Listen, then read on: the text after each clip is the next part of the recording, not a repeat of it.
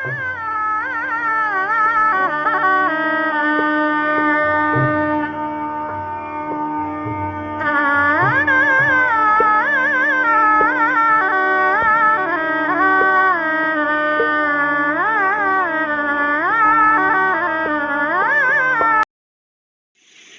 आपको कुछ भी नहीं करने का है, सहज में हो जाता है। सहज शब्द का रोजमर्रा भाषा में सहज माने आसान, लेकिन सहज शब्द जहाँ से आया वो सह और ज के साथ मिले हुए सहज से आया, माने आसान है। मतलब जो हमारे साथ जो पैदा हुई आँख है, हमारे साथ पैदा हुई हमारी नाक है, इसका हमें कुछ देखना नहीं पड़ता, उगती है। इस कारण उसमें कोई भी प्रतिबिंब पूरा नहीं पड़ता। पर अगर कोई ऐसा सरोवर हो कि जिसके अंदर कोई भी लहर उठ नहीं रही, तो उसके चारों तरफ फैला हुआ उसका सौंदर्य पूरा की पूरा अंदर प्रतिबिंबित होता है।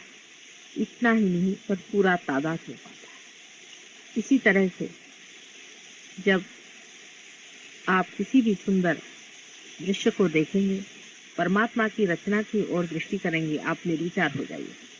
निर्विचार होते ही उसके अंदर की जो आनंद शक्ति है वो आपके अंदर पूरी प्रतिबिंबित होगी। इतना ही नहीं, आप उसे पूरी तरह से तादाद में पालेंगे। इसी तरह से संगीत अनेक विध परमात्मा ने आपके लिए श्रृंगार सजाया, अत्यंत सौंदर्य चारों तरफ फैला हुआ। उस सौंदर्य के सूत्र ही पे उतरने से आपके अंदर आनंद की उत्पत्ति हो गई, और उस आनंद को आप लूटने ही के लिए पैदा हुए हैं। अपने को बेकार में दुखी बनाने की जरूरत है। इस पर से बहुत लोगों ने ये भी पूछा है कि हमें अब आगे क्या करना होगा। अब क्या करना होगा, सिर्फ देखना होगा। जब आप सिनेमा देखने जाते हैं उस प्रेक्षक की दृष्टि से, तो आप थोड़ी पूछा हमें क्या करना है, सब कुछ देखना ही, देखते ही रहना। आवागमन देखना है, पेड़ों का बढ़ना देखना है, चिड़ियों का चहचहाना देखना है, हर एक चीज की मंगल, पवित्र पूर्ण मधुर मुस्कान, हर चीज में लहलाती परमेश्वर की आशीर्वाद की वाणी, उसको सुनना और कुछ भी नहीं करना। बस यही सब देखते देखते आप अपने में विभोर हो जाए। अब सिर्फ देखने का मजा है, कुछ करने का सवाल ही नहीं। शरीर के स्वास्थ्य के लिए भी आपको बहुत कुछ अब नहीं करना होगा। जैसे कि आप लोग बहुत से योग आसन आदि करते होंगे, तो बहुत योगासन वगैरह करने की जरूरत नहीं। एक आध हल्का योगासन करें तो कोई हर्ज नहीं, लेकिन अधिकतर अपने शरीर का बहुत ख्याल रखें। इसी शरीर में उस परमात्मा का वास है, इसकी इज्जत, इसके साथ कोई भी ज्यादती करने की जरूरत नहीं। हाँ, शराब आदि चीजों से अगर आप अपना छुटकारा करना चाहते हैं तो बहुत आसान। अब आप कोई भी चीज का निश्चय कर ले, वो काम हो जाए। आपने कंडीशनिंग नहीं आती। अगर आपने तय कर लिया कि हमें शराब नहीं पीना, छूट जाएगी शराब। शराब इंसान इसीलिए पीता है कि अपने से भागना चाहता है। एक शराब के सिवाय और कोई भी चीज ऐसी नहीं जिसके लिए मैं मना कर रही हूँ, लेकिन शराब जरूर ऐसी चीज है क्योंकि वो आपकी चेतना पे चोट है। शराब की ओर देखते साथ शराब छूट जाए, क्योंकि आप स्वयं को इतना प्यार करने लगे और अपना इतना मजा आएगा। अगर आप में से किसी को जेल हो जाए तो आप कहेंगे वाह भाई, ये तो बड़ा अच्छा होगा, बैठ के ध्यान करें। मनुष्य अपने ही मौज में ऐसा रहेगा कि उसको फिर शराब रात की कहाँ आगे है। सिगरेट भी अपने आप छूट जाता है, कुछ कहने की जरूरत नहीं, अपने आप ही सब कुछ छूट जाता है। हमारे यहाँ बम्बई में तो यह हालत है कि अगर माचिस चाहिए तो घर से ले जाना पड़ती है उद्बत्ती जलाने के लिए। कोई भी सिगरेट नहीं पीता। बड़े बड़े सिगरेट पीने वाले पता नहीं कैसे सिगरेट छोड़ देते। कुछ लोग थे वो बहुत रमी खेलते थे, वो कहते रमी हमारी छूट गई, क्योंकि अब मजा आएगा, जिंदगी में मजा आएगा, इंसान में मजा आएगा, उनके प्रॉब्लम्स में मजा आएगा, उनके साथ जूझने में मजा आएगा। अब आप इंसान के साथ एक होना चाहिए। अब ये भी ख्याल रखना चाहिए कि अब हम दूसरे हो गए, अब वो नहीं रहे जो पहले थे, एकदम बदल गए। अब दूसरे हमारे साथ बदले नहीं, उनकी ओर देखना है, उनसे घबराने कोई बात, क्योंकि आप भी तो वैसे ही थे। बहुत से लोग होते हैं सोचते हैं हम बड़े भारी पोजीशन के आए, बड़ी उनकी पोजीशन खोपड़ी पे चढ़ी। कोई सोचते हैं हम पैसे वाले, कोई सोचते हैं हम बड़े भारी धार्मिक आदमी। सोच दे दीजिए, सब पागल है, उनकी तरफ देखते रहे। सब पागल खाने में अपने को बहुत अकल लगती है। जब उस पागल खाने में आप थे, आप भी यही सोचा करते। ये सब पागलपन की बात है। एकदम से सारी जो मिथ्या चीजें धीरे धीरे छूट जाएंगी जब आप जान जाइएगा कि सब मिथ्या। अब आपके अंदर वो शक्ति आ गई। अब आप में ऐसी शक्ति आ गई जिसके कारण आप कोई सी भी बात सोचेंगे उस सोच विचार का आप पर असर नहीं। जैसे कि कोई आदमी कहे मुझे गुस्सा नहीं करना, तो बड़े अपने से पूछे, अरे पागल जरा गुस्सा तो कर। आप शीशे के सामने खड़े होकर अपने पास गुस्सा करिए, वही हंसी आएगी। जब भी आप गुस्सा करिएगा अंदर से कोई हंसता ही रहेगा, आपको पूरी समय हंसी ही आती है। गुस्से में आप लपटिएगा, लपट नहीं सकते, किसी भी चीज में आप लपट नहीं सकते। सभी चीज, काम, क्रोध, मद, मत्सर आदि सब चीजें जो है वो इस विषय की एक अपनी एक खेल है, उसे आप देखते हैं। उसका एक खेल है, उसे आप देखते रहे। आप दूर हैं, आप दूर से उसे देखते, क्योंकि आप जो पहले बाहर थे वो नहीं रहे और अब आप अंदर। प्रयत्न यही करना है कि अपने को अंदर रखें, बाहर दूसरों से बात करते वक्त अंदर रहें, माने निर्विचार। किसी से भी बात करें, किसी से भी कुछ कहना हो, पहले निर्विचार हो जाए। निर्विचार होते ही आप उनके अंदर उतर जाते हैं, फौरन उनका भी रंग बदल जाएगा और आपका तो बदला हुआ है। लेकिन अगर आप भी बाहर सतह पे आ जाए तो हो सकता है वो आपको पलटा दे। अभी आप अंदर बाहर कर सकते हैं, क्योंकि वजह ये है कि अभी अभी कहीं अंदर आप पहुंचे। जैसे कि आप ट्रैफिक में से गुजर के आ रहे हैं और आपको एक पहाड़ी पर बिठा, लेकिन आपको ट्रैफिक की आदत हो गई है, तो आप ख्याल बनता है, अरे मैं तो ट्रैफिक में। फिर आप देखिए कि मैं कहाँ खड़ा हूँ, पता हो जाएगा कि आप कहाँ खड़े। यही सेल्फ रियलाइजेशन पहली तो चीज है कि संसार का सारा सौंदर्य आप में तादाद है। आप जानिए कि नई चीज है, बड़ी अद्भुत, विश्वसनीय नहीं, कोई विश्वास नहीं कर सकता, पर है बात, ऐसा ही होगा। आपको खुद ही लगने लगेगा कि आप साक्षी हो। घर में कोई बीमार पड़ गया, अब सारा घर दौड़ेगा, आफत करेगा, ये कोई झूठ, कोई सब कुछ चलेगा। आप अपने देखते रहे, आपको बराबर सूझेगा क्या करना है। आपको जो मन में आए वो आप करें। आपका मन हो सर पे हाथ रखे, सर पे हाथ रखिए, पैर पकड़ने का मन हो पैर पकड़िए, जो भी आपके मन में आ रहा है, सबके ही आ रहा है उसको। दूसरी चीज है सत्य की। अब सत्य बोले या झूठ बोले, झूठ क्या सत्य क्या। बहुत सा सत्य जो होता है यही बनाया हुआ सत्य, मनुष्य ने बनाया हुआ सत्य कोई सत्य नहीं है। बहुत बार बहुत सा जो झूठ दिखाई देता है वो महान सत्य होता है। इसलिए उसका निर्णय आप मत लीजिए, आप सिर्फ बोलिए। आप अपनी निर्विचारता पर बोले, आप अपनी स्थिति पर बोले। लोगों से डंके की चोट पर कहना पड़ेगा कि हाँ ये चीज है, यही सत्य, यही होना चाहिए, इसमें डरने की कोई बात नहीं। दिखने के लिए वो शायद लोगों को झूठ लगे, लोग आप पर हंस भी सकते हैं। हम पूना में गए थे, वहाँ के कुछ ऐसे महामूर्ख लोग थे, उन्होंने पेपर में तक निकाला कि ये लोग जो हाथ से ऐसे ऐसे माता जी कर रही थी तो वो सबको मेस्मराइज। तो उनको एक साहब ने सवाल पूछा वहाँ पर कि आप उनको क्या जरूरत पड़ी मेस्मराइज करने, और उनको कोई धंधा नहीं। कहले हम तो मेस्मराइज नहीं हो सकते, कहले आप हो भी नहीं सकते, उनके तरह का मेस्मराइज होना कठिन। इसलिए तरह तरह के लोग हैं दुनिया में जिनको समझ नहीं, क्योंकि आपके अंदर ये चैतन्य आ गया, आपके अंदर से बह रहा, आपने इसे देखा हुआ। इसकी पुष्टि की आपको जरूरत है, लेकिन आपको तेजस्विता नहीं पा रही। यही आप में और बड़े बड़े साधु संतों में यही अंतर। आप में वो तेजस्विता भी पाई नहीं जो प्रखर होती है, जो अपने सत्य पे अटूट खड़ी रहती है, जो डरती नहीं दुनिया से कहने के लिए कि यही सत्य, बाकी सब असत्य और मिथ्या है। वो क्राइस्ट जैसे आदमी के अंदर, वो कृष्ण के अंदर। और आज भी बहुत बड़े बड़े संत साधुओं में ये चीज पाई जाती है। वो आप आदि शंकराचार्य में पाई, आप उनकी पुष्टि के लिए आप उनकी किताबें पढ़ें। अब नए सिरे से आप पढ़िए, आप नए सिरे से गीता पढ़ें, नए सिरे से आप बाइबल पढ़ें। उसमें आप देखिएगा कि आपकी हर एक बात को पुष्टि देने वाली चीजें उसमें। लेकिन आप स्वयं पुष्ट हैं, आपको कोई जरूरत नहीं कि कोई आपको ही सपोर्ट करता रहे, कि आपको कोई सहारा दे। आप स्वयं अपने सहारे पे खड़ा होना जैसे ही शुरू कर देंगे, एकदम प्रकाश। इसमें कोई शर्माने की बात नहीं, इसमें कुछ घबराने की बात नहीं। हमारे यहाँ ऐसे लोग देखती हूँ कि एक में घर के अंदर एक आदमी हो जाता है, वो फिर किसी से बात कहता नहीं, अंदर छुपा लेता। बाइबल में कहा जाता है कि दिया नीचे नहीं रखा जाता, टेबल के नीचे नहीं दिया रखा जाता है, किसी ऊंचे स्थान पर दिया रखना चाहिए। अगर आप वाकई दीपक हो गए, ऊंचे स्थान पर बैठ करके सबको प्रकाश दें। सब धर्मों का प्रकाश यही है। आप चाहे किसी भी धर्म हो, आप उठा के देखिए। आप सिखों को धर्म को मानते, उठा के देख लीजिए, अगर कहीं पर भी ये बात न लिखती है, अगर झूठ बात कोई है। आप किसी भी धर्म की किताब देख लीजिए, सब किताबों में आपसे पुष्टि के लिए बड़े बड़े लोगों ने लिखा था। आप श्लोक पे श्लोक कह सकते हैं, आप कुरान की आयत कह सकते हैं, सब इसी चीज की गवाही देते। चाहे उसे यहाँ पर हम लोग जिसे जिसे स्पिरिचुअल कहते हैं अंग्रेजी में, जिसको हम लोग आध्यात्मिक कहते हैं संस्कृत में, और जिसे वो लोग रूहानी कहते हैं। नाम बदल देने से जो सत्य है वो एक ही है, और सबको ये मालूम है आप लोगों की सत्य क्या है।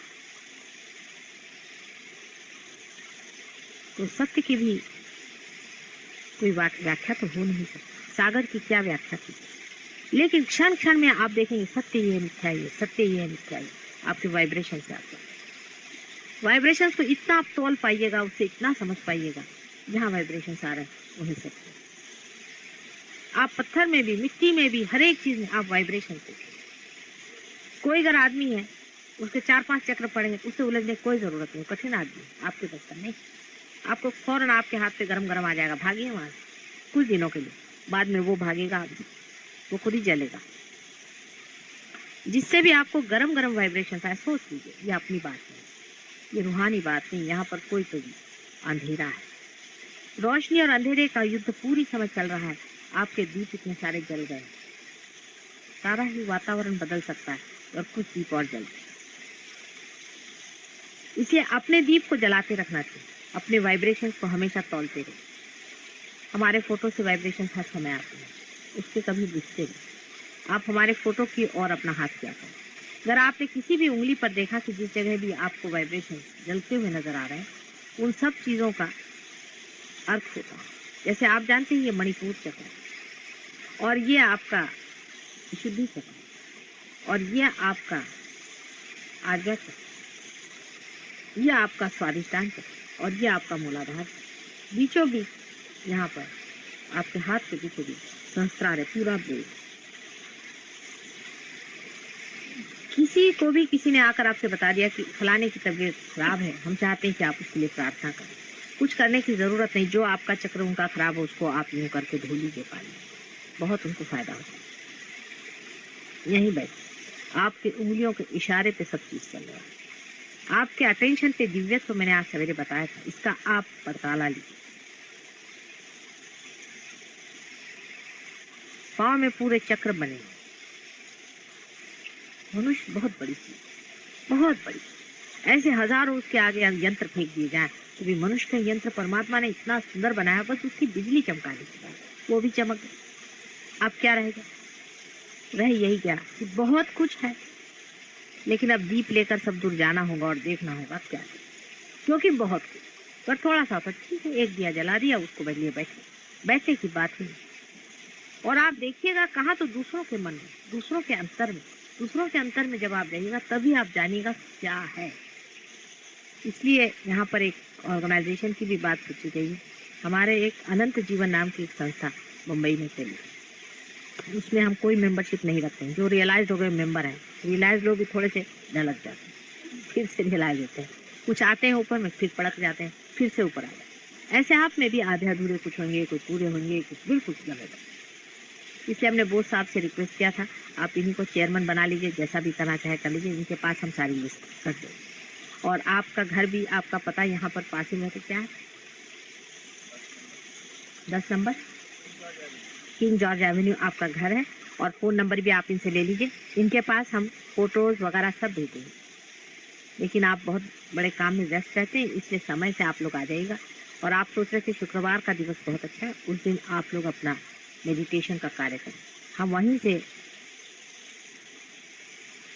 चित्त से आपको देखते हैं। परमात्मा के बहुत से प्रतीक रूप आपने सुने होंगे कि जैसे गणेश जी हैं, उनके मूषक वाहन हैं, और सबके वाहन आपने सुने। अब आपका वाहन सिर्फ आपका चित्त है, आप चित्तारूढ़ चित्त पे बैठे, क्या कमाल है। आप चित्त पे अपने बैठे हुए हैं, जहाँ चित्त जाए वहीं काम बने। और इसकी इतनी कमाल है, यहाँ बैठे बैठे आप सबका निकालिए, यूं करके खींचिए सब। जिसको भी देखा कि वो सता रहा है, परेशान कर रहा है, किसी भी आदमी जिसके लिए भी आप सोचते हैं, अपने आज्ञा चक्र पे उसको, ये अपने सहस्त्रार पे उसको ला करके उसको खींचिए, बीच में ब्रह्मरंध्र है। आपको आश्चर्य होगा कि उनकी काफी हालत ठीक हो जाए। बहुत दुष्ट महादुष्ट जो अभी इन्होंने गाया कि दुष्टासन बैठे हैं और कंस बैठे हैं, बिल्कुल बैठे हैं। सबके ऊपर में हम लोग बैठे बैठे सवेरे यही धंधा करते रहते कि उनकी सुबुद्धि दो, उनको सूट दो, इस तरह से, इस प्यार का चक्कर। सिर्फ बैठे बैठे यहाँ से प्यार का चक्कर घुमाने से ही उधर आदमी ठीक हो जाता है, क्योंकि नफरत से कितनी ही ज्यादा शक्तिशाली नहीं प्यार की बात, बहुत शक्तिशाली। समुंदर की जैसे था होती, समुंदर कितना बढ़ जाए उसकी था बढ़ती रही, ऐसी है कितना भी हेट्रेड बढ़ जाए संसार का, और प्यार जो है वो उससे भी ज्यादा बढ़ते रहेगा। नहीं बढ़ेगा तो संसार नष्ट होगा। आप अपनी जिम्मेदारी को अभी समझ नहीं पाए कि एक नया जमाना बनाने की बात, नए लोग, नया डायमेंशन, एक नया आयाम है जिसको कि आप समझ सकते हैं, सिर्फ वाइब्रेशन से आप समझ सकते हैं कितनी जबरदस्त। अभी जो सुजेश्वरी बाई गा रही थी, उनकी हालत इतनी खराब थी, कल आई थी तो इतनी हालत खराब थी तो घबरा मेरे पास पहुंच गया, ऑपरेशन करना है, ये करना है, वो करना है, ऐसा है वैसा है। तो हमने हाथ रखा, आज वो गाना गाने लगे। आप लोग सब ये काम कर सकते हैं, कोई ऐसा मैंने छोड़ा नहीं काम जो आप नहीं कर। अब बस ये है कि हमारे बीच में बड़ा पर्दा है, इस पर्दे को चाक करना आ जाए, काम बन जाएगा। इस पर्दे का ही चाक होना मुश्किल हो जाता है। बहरहाल आप पार हो गए, पहला अपना तो पर्दा चाक हो गया। अब हमारा और आपका बीच का अंतर जितने जल्दी टूट जाए उतना ही काम बड़ा जबरदस्त।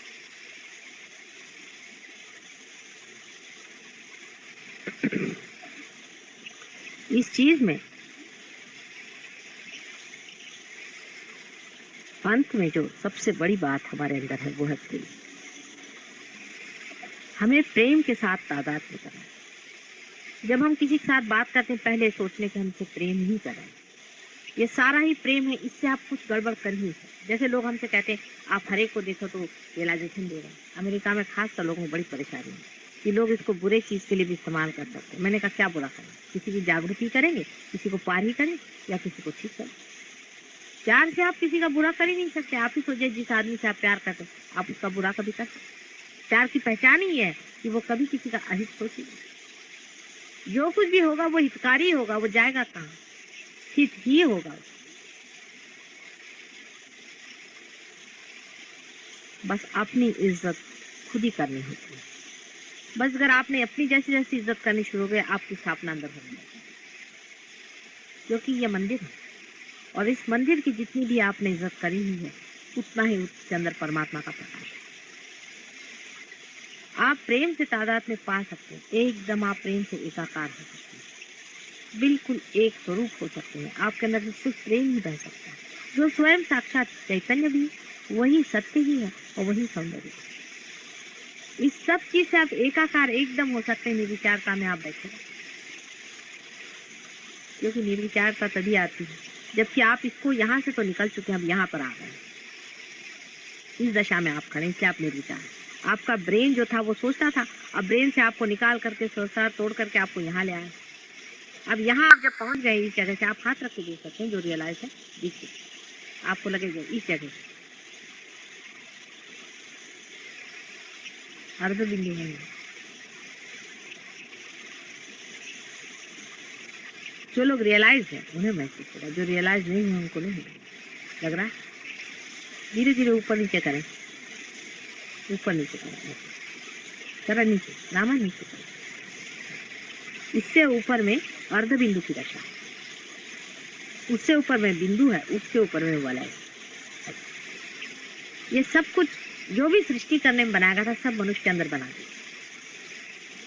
पहले वलय, उसके बाद बिंदु, उसके बाद अर्ध बिंदु और उसके बाद में ये फिर सारी कुंडलिनी की रचना, पूरी कुंडलिनी को बना दिया। और वो जो आदि कुंडलिनी है वही आपके अंदर में लपट करके आ गई और आपकी कुंडलिनी बनी। आदि कुंडलिनी बनाने के लिए तो पहले कुछ लोगों को बिठाया गया था। शुरुआत करने के लिए किसी को बिठाना पड़ता, तो पहले उन्होंने गणेश जी को बिठाया। आदि शक्ति ने सिर्फ एक चक्र के साथ गणेश जी को बिठाया, एक गणेश, एक ही चक्र के साथ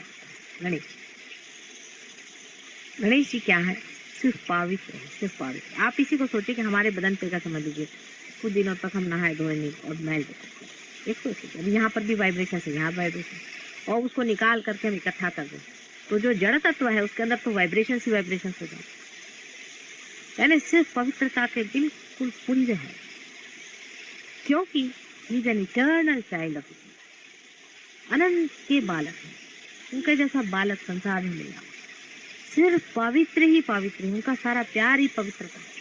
और उस पवित्र की वजह से आपके मूलाधार चक्र पे ना, मूलाधार पे तो माँ बैठी हुई है, उनको बिठाया। इसका मतलब यह है कि सेक्स के मामले में आपको एक छोटे से बच्चे जैसे माने। इसका अर्थ ये नहीं कि सेक्स का लाइफ नहीं होना, इसका अर्थ यह है कि सेक्स के माने में जब आप धर्म में उतरते हैं उस वक्त में सेक्स के प्रति विचार जैसे एक बालक के अबोध होते हैं वैसे। इसका अर्थ गणेश तक पहुंचना बहुत कठिन बात है, बहुत कठिन बात है, क्योंकि बड़ी पवित्र आत्मा है और उसका प्रकाश चारों तरफ फैल रहा है। उसके अंदर जाने के लिए हमें बहुत ही स्वच्छ होना पड़ता है, तभी हम उसके अंदर उतरते हैं।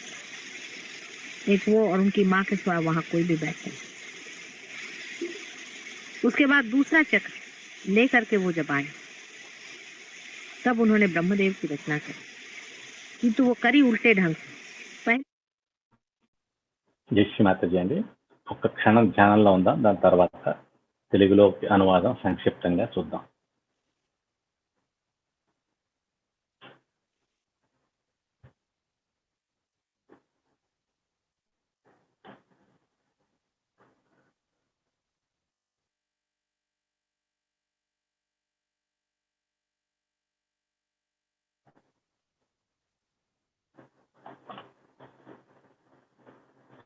శ్రీమాతాజీ ఈ ప్రవచనంలో చాలా ముఖ్యమైన విషయాలు, బేసిక్ అంటే ఏదైతే మనం సంపూర్ణంగా అర్థం చేసుకోవాలో అవన్నీ కూడా చెప్పారండి.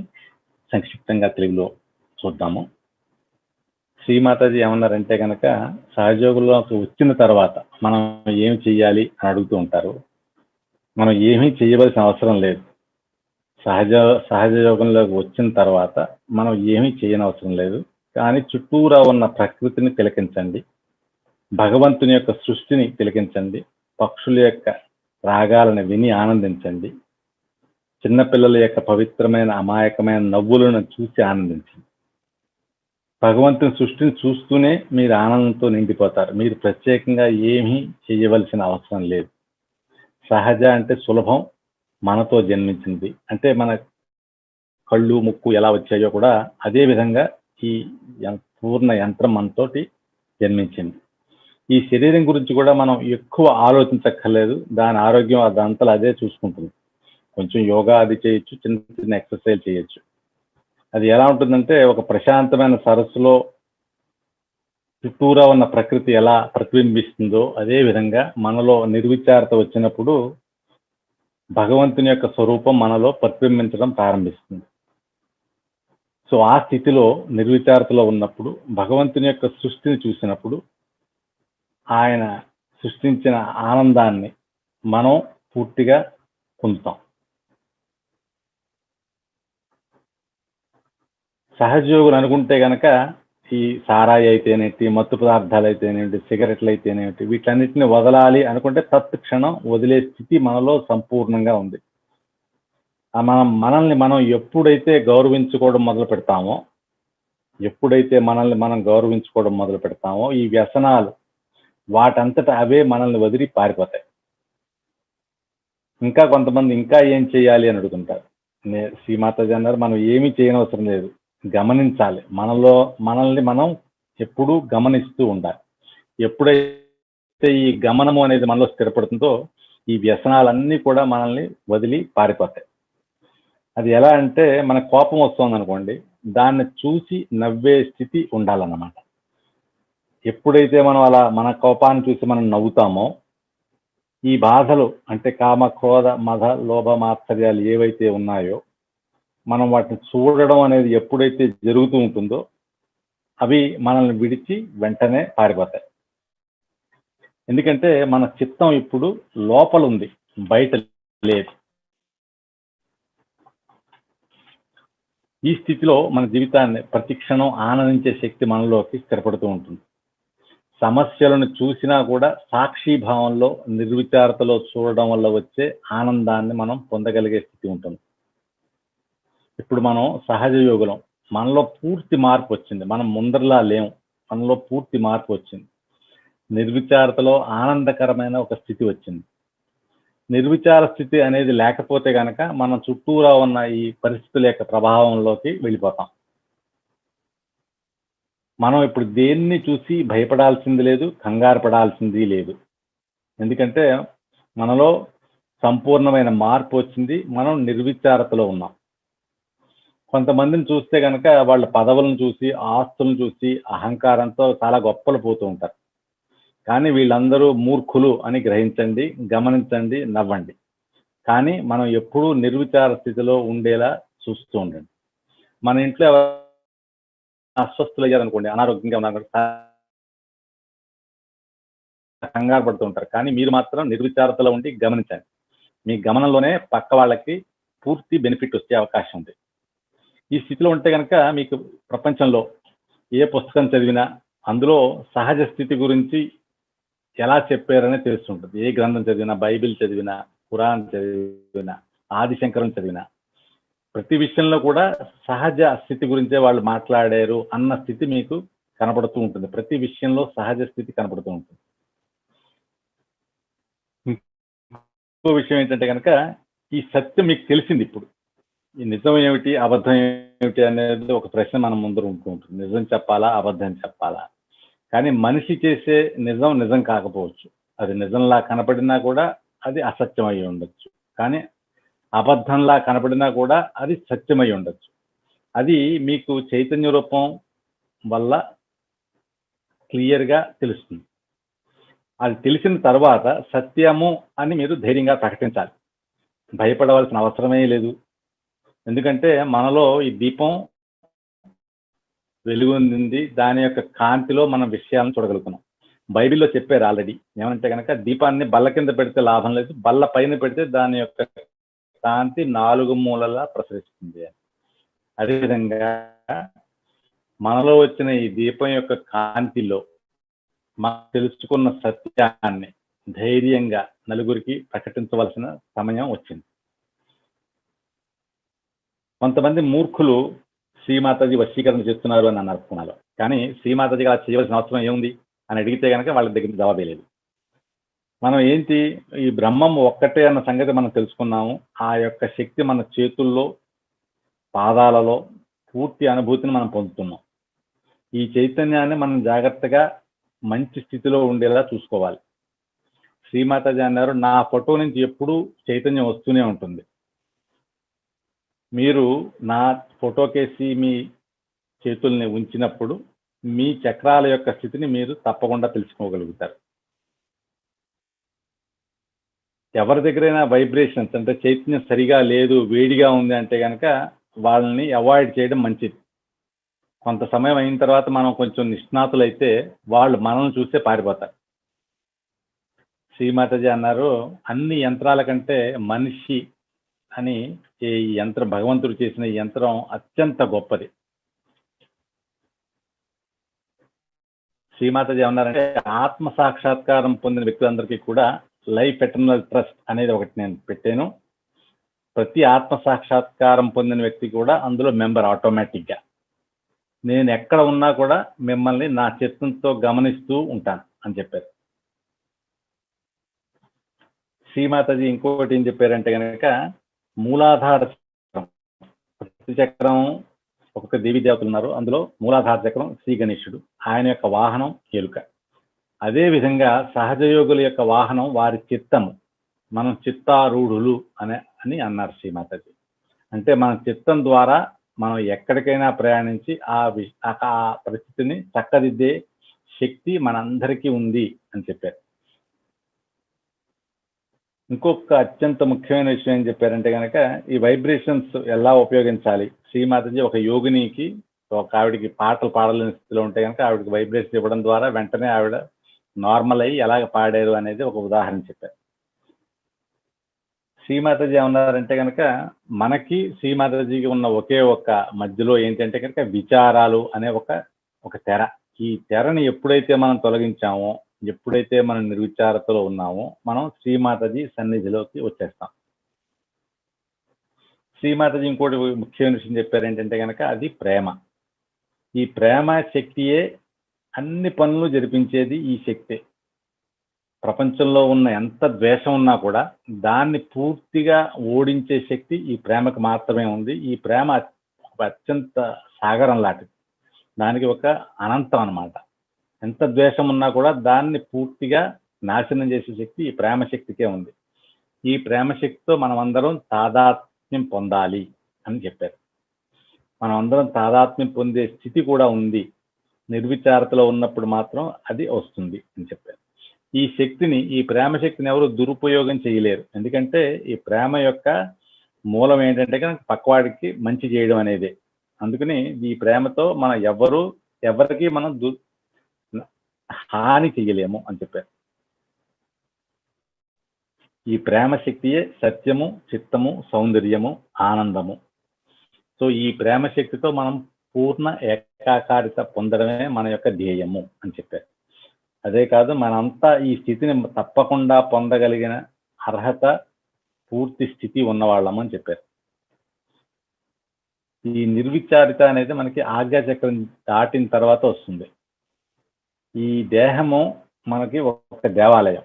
మనల్ని మనం ఎప్పుడైతే గౌరవించుకోవడం మొదలు పెడతామో ఈ దేవాలయంలో దేవుని యొక్క కాంతి, అంటే భగవంతుని యొక్క సంపూర్ణమైన కాంతి మన నుంచి వెదజల్లబడుతూ ఉంటుంది అని చాలా క్లియర్ గా చెప్పారు. శ్రీమాతజీ మన సహస్రారం పైన ఉన్న చక్రాలు, అర్ధబిందు, బిందు, వలయం అన్నీ కూడా మనలో నిర్మించబడ్డాయి భగవంతుని సృష్టి వల్ల అని ఆల్రెడీ చెప్పారు.